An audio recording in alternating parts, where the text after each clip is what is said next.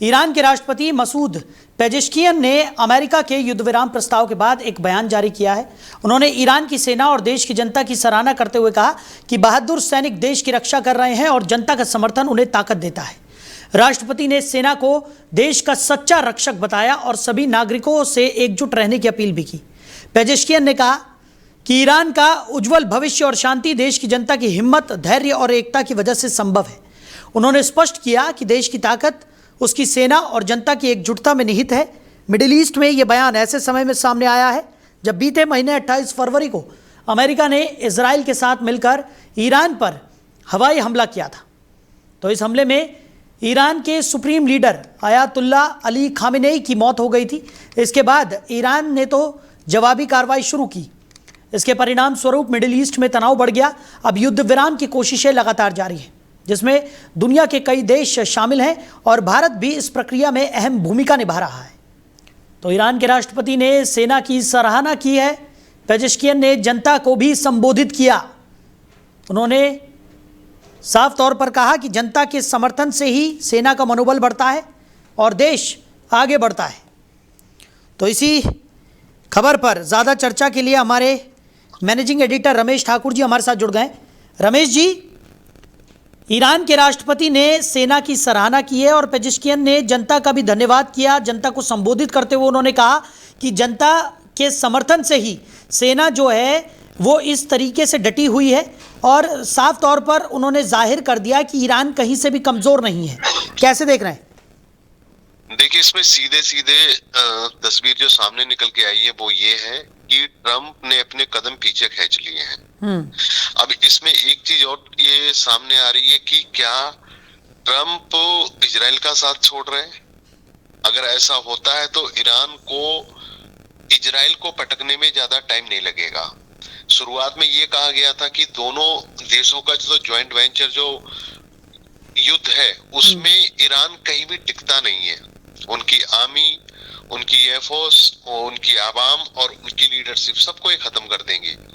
लेकिन अंततोगत्वा ऐसा हुआ नहीं। अब जिस तरीके से उनके नए राष्ट्रपति ने जोश के साथ में एक प्रेस को एक स्टेटमेंट दिया है, उसमें साफ कहा है अपनी सेना की और अपनी सुरक्षा पूरे तंत्र की उन्होंने जिस तरीके से सराहना करी है और उसके साथ में उन्होंने कहा जो देशवासियों ने जिस तरीके से उन लोगों को सांत्वना दी और उनको संबल दिया वो काबिले तारीफ रहा। और जबकि इसके उलट जो ट्रंप कह रहे थे, जो इजराइल कह रहा था कि नहीं हमने उनको नस्त नाबूद कर दिया है, वो हमारे सामने टिकने के लिए उनकी औकात नहीं है, इस तरीके के बड़े बड़े शब्दों का उन्होंने इस्तेमाल करा। लेकिन कल जब ये कहा गया था ट्रंप की तरफ से सबसे पहले कि मैंने 5 दिन को युद्ध को विराम दे दिया है और फिर उसके उलट तुरंत ही ईरान की तरफ से एक उनके जो प्रेस प्रवक्ता है उन्होंने उन बात का पूरी तरीके से खंडन कर दिया कि इस 5 दिन की युद्ध विराम को लेके हमारे से कोई बात नहीं हुई है। ये अगर फैसला लिया है तो खुद से ट्रंप ने अपने फैसला लिया है, इसमें हमारी कोई सहभागिता नहीं है। लेकिन फिर भी उनके कदम को ईरान ने सराहा कि नहीं युद्ध रुकना चाहिए, इसके फेवर में वो भी है। अब इसमें कई चीजें कंफ्यूजन वाली साइल जी आ गई हैं। वो ये है ग्लोबल स्तर के जितने भी लीडर्स हैं वो इस बात को कह रहे हैं कि हमारे से किसी की बात नहीं हुई। इवन भारत भी इसमें बिल्कुल इन्वॉल्व नहीं है ना। भारत की जो मुलाकात जो टेलीफोनिक जो वार्ता हमारे मोदी जी की हुई है वो ईरान के राष्ट्रपति से हुई है। ये बात लगभग 3 से 4 दिन पहले वाली बात है, लेकिन तब भी कोई उसमें हल नहीं निकला था।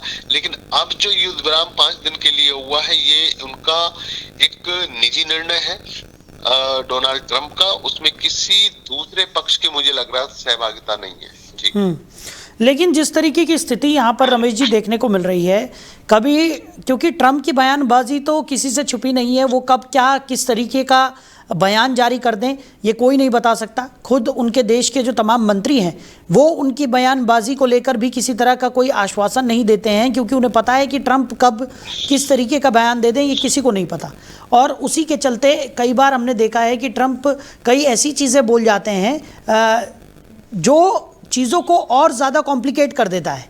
अब जिस तरीके की चीज़ें अभी निकलकर सामने आ रही हैं, एक तरफ ट्रंप की बयानबाजी, दूसरी तरफ पेजेश्कियन ने भी जिस तरीके से अपनी जनता को संबोधित किया है, और ईरान का साफ तौर पर पहले से ही ये कहना था कि ईरान वो देश है जिसको नेस्तनाबूद करने की बहुत सारे अलग अलग देशों ने कोशिश की, लेकिन वो हमेशा टिका रहा और उसे कोई डिगा नहीं सका।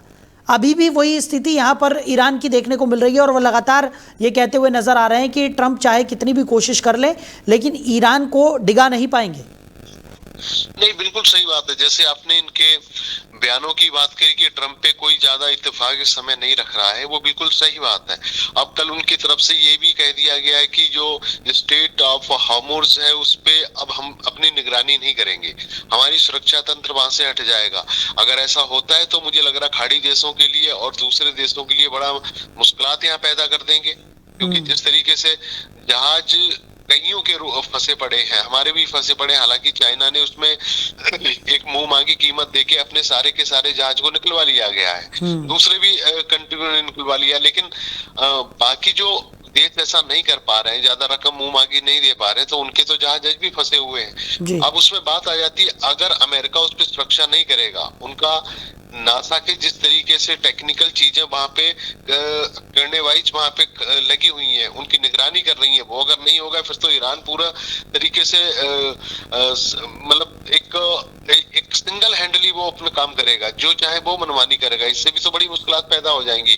तो इन सब चीजों को लेके पूरी स्थिति अब और भ्रम वाली बन गई है कि इसमें अब होगा तो होगा क्या। और वही बात को लेके कल हमारे प्रधानमंत्री मोदी जी ने भरे संसद में इस बात की चिंता जताई है। उन्होंने इस पूरे मामले को कोरोना से जोड़ते हुए साफ कह दिया है कि जो कोरोना की स्थिति बनी थी, ऐसी स्थिति बनने की संभावना है और हमें हर चुनौतियों से लड़ने के लिए खड़े रहना है, और कोई भी मुसीबत जो संभावित आने वाली है उसके लिए हमें तैयार रहना पड़ेगा। इस तरह की भी सारी बातें हो गई हैं। लेकिन बात वही आ जाती है, अगर 4-5 दिन के लिए अगर ये युद्ध रुक जाता है तो उसमें भी मुझे लगता है साहिल जी कोई भला होने वाला नहीं है। इन 5 दिनों में हो सकता है कि अमेरिका अपनी कोई और तैयारी कर रहा हो, और इस बीच हो सकता है ईरान भी अपनी तैयारी करेगा। जब 5वें दिन की जो डेडलाइन जब खत्म होगी उसके बाद फिर युद्ध शुरू होगा, तो उसके हालात मुझे लग रहा और बिगड़ने वाले हैं। चलिए रमेश जी, हमारे साथ जुड़ने के लिए, इस तमाम चर्चा के लिए आपका बहुत शुक्रिया। पेजेश्कियन ने जनता को संबोधित भी किया। उन्होंने साफ तौर पर कहा कि जनता और सेना की एकजुटता ही उनके देश की ताकत है। मिडिल ईस्ट में बढ़ते तनाव को रोकने का प्रयास एक तरफ देखने को मिल रहा है और ईरान के राष्ट्रपति ने इस बीच सेना की सराहना की और अपनी जनता का धन्यवाद भी किया।